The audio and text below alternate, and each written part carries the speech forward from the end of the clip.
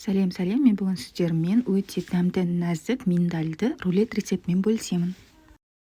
Алдымен біз жұмыртқа, тұз және қантты жақсылап плотная масса шыққанға дейін миксерлейміз. Жұмыртқа тоңазытқыштан шыққан салқын болуы тиіс. Өз опытыммен бөлісейін. Жұмыртқаның ағын езген кезде міндетті түрде осындай стеклянный ыдысқа миксерлеңіз.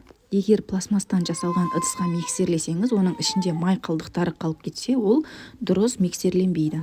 Ары қарай миндаль ұнын салып, жақсылап лопаткамен араластырамыз. Көп араластырудың қажет жоқ, бір рет араластырып алсаңыз, сол жеткілікті.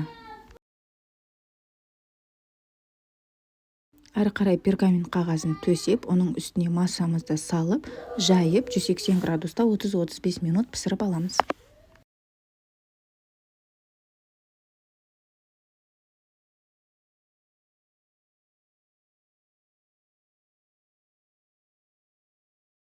Ары қарай крем дайындаймыз. Крем үшін творожный сыр, сливки. Мен мына жерде шоколад қостым, бірақ ол міндетті емес. Шоколад орнына сахарная пудра қосып, жақсылап миксерлеп, крем дайындаймыз. Рулетті духовкадан шығарып, оны жақсылап суытып, үстіне салқын кремді жағып, сол мезетте ораймыз. Крем менде кішкене сұйықтау болды. Кремнің плотный болған жақсы, сонда рулет езіліп кетпейді. Менің кремнің сұйық болған себебі, мен творожный сыр аз қостым. Егер творожный сыр көптеу қоссаңыз, онда крем плотный болып шығады.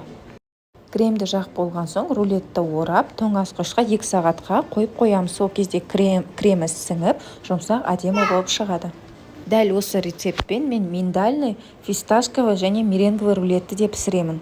Жасап көріңіздер, рулеттеріңіз жақсы шығатын болады. Себебі мен бұны 4-5 жылдан бері қолданып келе жатқан рецептпін. Егер менің парақшамнан басқа да рецепт түрлерін көргіңіз келсе, комментарий бөліміне қалдырыңыз. Міндетті түрде жасау жолын көрсетемін.